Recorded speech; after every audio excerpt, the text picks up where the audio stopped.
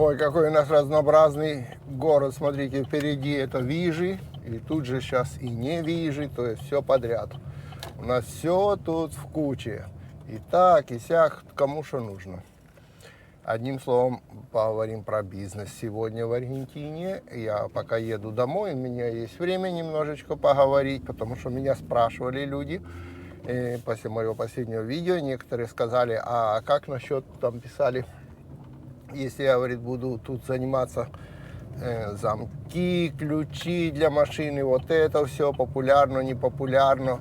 Некоторые говорят, а что простыми работами здесь не заработать в Аргентине? Ну, и только удаленщики могут здесь работать, а таких простых работ, мол, типа, как бы не проживешь. Попробую немножечко объяснить, насколько я это понимаю.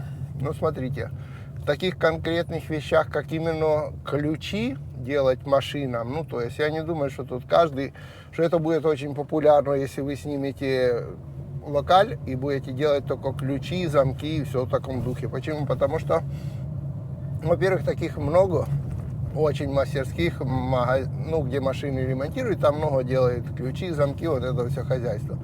Во-вторых, я не думаю, что каждый день кто-то их настолько теряет, эти все ключи, что нужно будет, ну, как бы этот сервис не даст.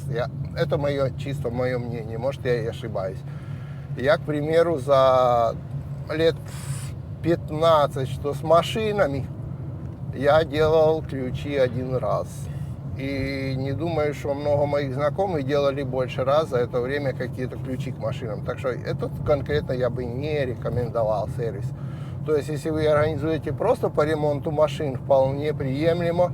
А если еще там в вашем ремонте машин будут и замки, это тоже вполне приемлемо. Или там, не знаю, музыка, там какие-то магнитолы, еще что-то, что там, чем сейчас пользуются. У меня в машине вообще встроено, как бы вся эта, с фабрики уже вся эта музыкальная прибамбуса. Это радио на флешке, USB, музыка и все, и вперед. Ну, факт не в том, я про другое хотел сказать. Раньше мы рассказывали, что здесь, если ты удаленщик и получаешь деньги, то ты хорошо живешь. Лафа это закончилась. Сейчас удаленщик, ты не удаленщик, здесь жить дорого. Соответственно, удаленщикам многим, которые раньше считали себя очень круто могут жить, теперь будет не хватать.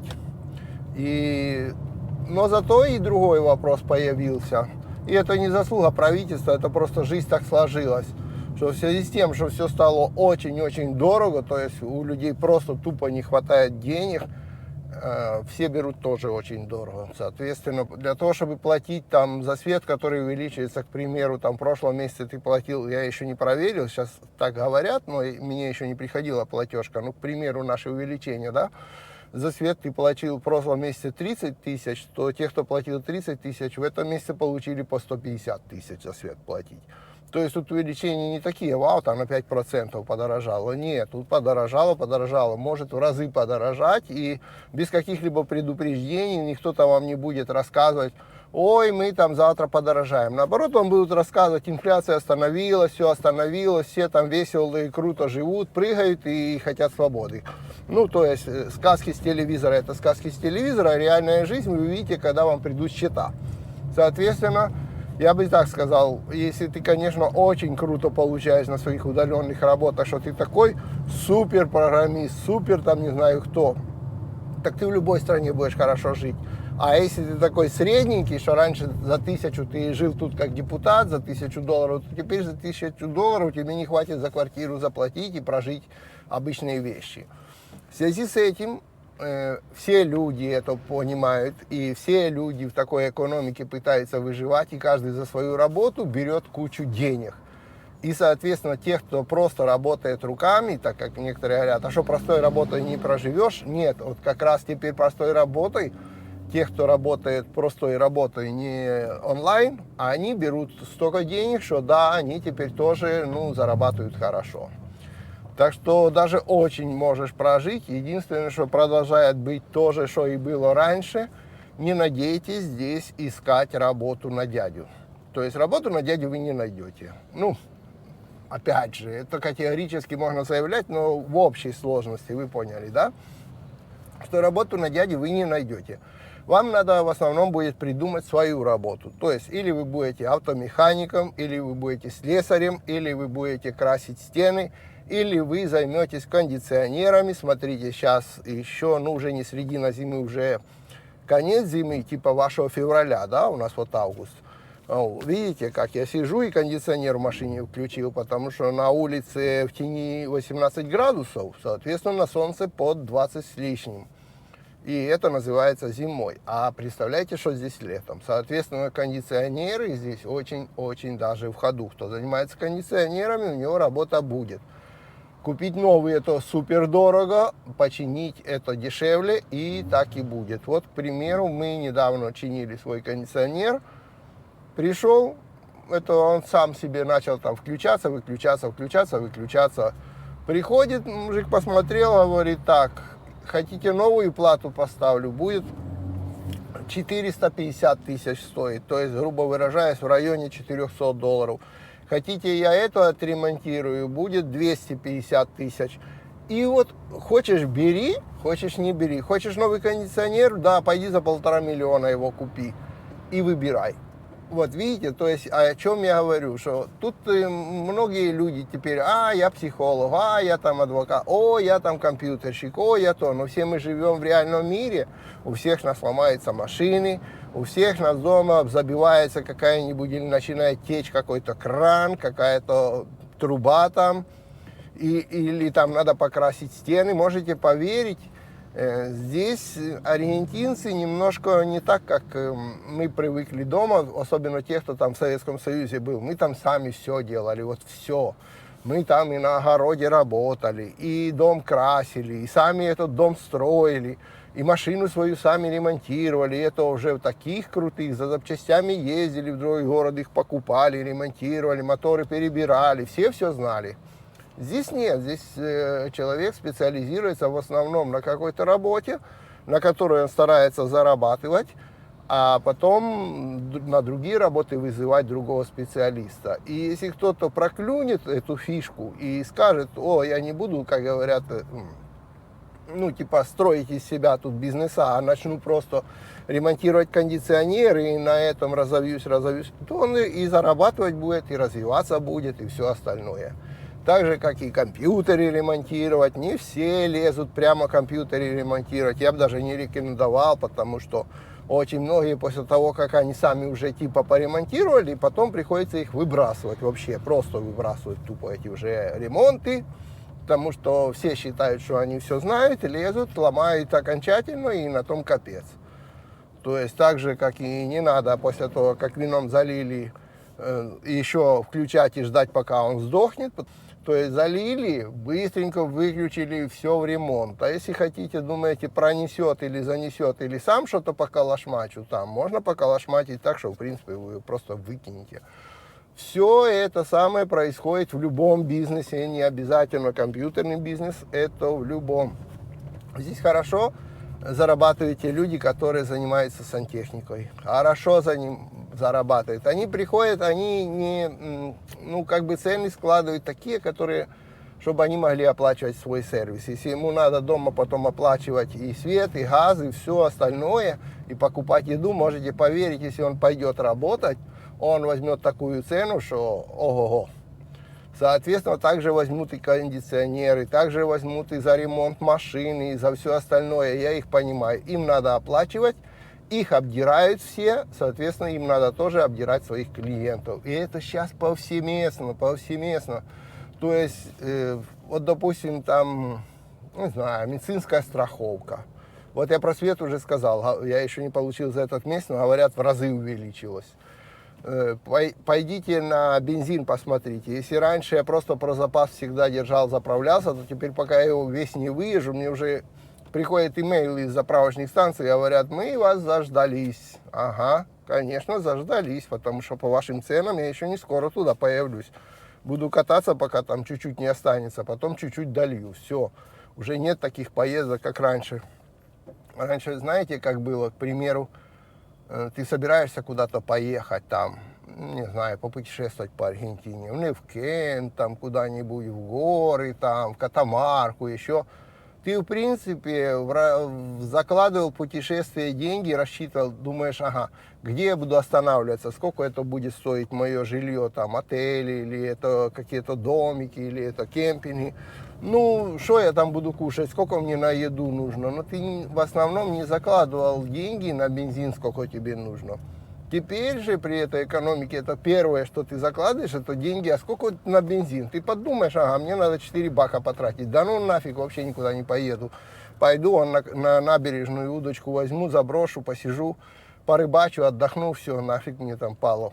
И, соответственно, если уже кто-то и понес что-то на ремонт, то ремонтные компании очень сильно берут, потому что им тоже нужно жить, им тоже нужно зарабатывать, им надо оплачивать вот это все бензины, им надо оплачивать вот этот свет, газ, там, налоги.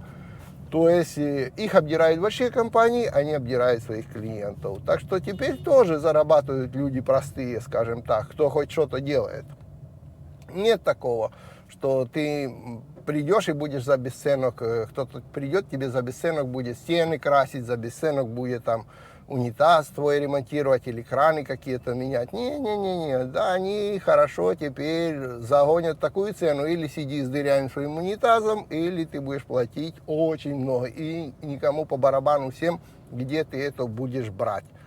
То есть это не так, как раньше. Ну все же там типа потерплю, на другом заработаю. Нет. Жизнь стала такая, так вот изменилась. У нас теперь такая как бы свобода. Свобода от денег, друг друга освобождать от денег. Это наша нынешняя свобода. Это раз. Второе, почему говорю, не ищите работу. Недавно человек мне начал писать в телеграм-канале, что как с собой связаться, 5-10, я подсказал, как со мной связаться через компьютерные мои страницы. И он начал обсуждать со мной такой вопрос, что он, я даже не помню, с какой там, как бы нынешнего нового государства, образовавшееся после распада Советского Совка, и, соответственно, оттуда. И он говорит, я хочу эмигрировать в Аргентину. И мы начали общаться в таком, ну, как бы это самое, просто напрямую. И человек говорит, ну, наподобие того, что вот в конечном итоге, как сказал, говорит, найду себе человека, который со мной контракт заключит, приеду по контракту и начну, типа, вот работать. Я ему доказываю, ну, не найдешь ты, особенно если там, не знаю, ты там водитель. Да не найдешь ты никакого фирму, которая с Аргентины будет с тобой заключать контракт на водителя. У нас тут 50%, а то и больше безработных бегает, своих водителей, тут каждый второй водитель. А кто там тебе из-за рубежа будет с тобой контракт заключать? То есть, ребята, прежде всего надо надеяться именно конкретно на себя. И я бы сейчас в данный момент порекомендовал даже не идеи бизнесовые, которые вы сами себе там в голове надумали, и думаете, о, приеду, там сейчас как разовью, всех как разведу, все как клюнут, я как бабло срублю. Сейчас народ меньше на все это уже разводится, то есть такого особо можете только между своими там кого-то развести. Аргентинцев вы еще сильно не разведете, это раз. Второе, сейчас, по-моему, вот таким трудом, как обычным таким трудом, то есть вот открыть какой-то сервис по ремонту машин, по покраске, по ремонту квартир, по сантехнике, по электрике, по кондиционерам. Вот это все, по-моему, гораздо больше можно быстрее развиться, реально зарабатывать деньги, чем, как говорят, такие идеи. Понимаете? Так что сейчас надо очень сильно шустрить в Аргентине. Понятно, посмотрим, чем эта вся, ну, как бы система закончится, потому что я бы не сказал, что все прямо тут восхищаются вот этой вот как бы новой нашей экономическими технологиями и новшествами, тем более, что, ну, я не хочу переходить на вот эти политические аспекты и просто тявкать там лишь бы что, потому что я небольшой экономист. Но зато я простой житель, который видит и общается с людьми. Сейчас стало тепло, я вчера поехал в парк, наконец-то мой конъюнктивит, или как это правильно называется, начал уже, ну, сдавать назад. И сегодня я уже ходил на спортзал, таскать как свои гирьки. что я не ходил 2 недели. Вчера я поехал на рыбалку в парк, поговорил с рыбаками, пообсуждали там. И вот обсуждая просто всю эту вот экономическую ситуацию вот обычными рыбаками, с обычными аргентинцами, которых у меня очень много друзей, приходим к тому, что, конечно, немножко не то, на что все рассчитывали, сейчас идет в экономике, и, соответственно, но это ничего не значит. Соответственно, посмотрим, как оно дело закончится с этим делом. Но это ничего не значит. Факт в том, что я подсказываю вам, ребятки, есть такой шанс. Берете простую работу, только сами организовывайтесь. Не ищите, что вас кто-то наймет на работу, потому что тут у нас своих безработных хватает, которые знают язык, которые знают привычки, которые знают традиции, то есть как вот общаться с аргентинцами. И, соответственно, делаете вот такой простой сервис. На нем вы больше в данный момент заработаете. Как потом поменяется и что-то будет какая-то другая политика, может, будут другие какие-то вот аспекты работы, заработка и все остальное. Но на данный момент, по-моему, это самое, как бы надо вернуться к таким простым истокам, как к простому сервису. Так что все, это я уже почти доехал, вы город Буэнос-Айрес посмотрели, пока и до следующего видео. А то у меня камера висит как бы на стекле, и через стекло ее так перегревает, что она уже 3 раза у меня отрубалась от перегрева. Надо с этим что-то думать, если я хочу с машины снимать вперед, надо где-то там, где побольше вентиляции проходит, потому что камеры через стекло, как через теплицу, перегреваются в 2 счета.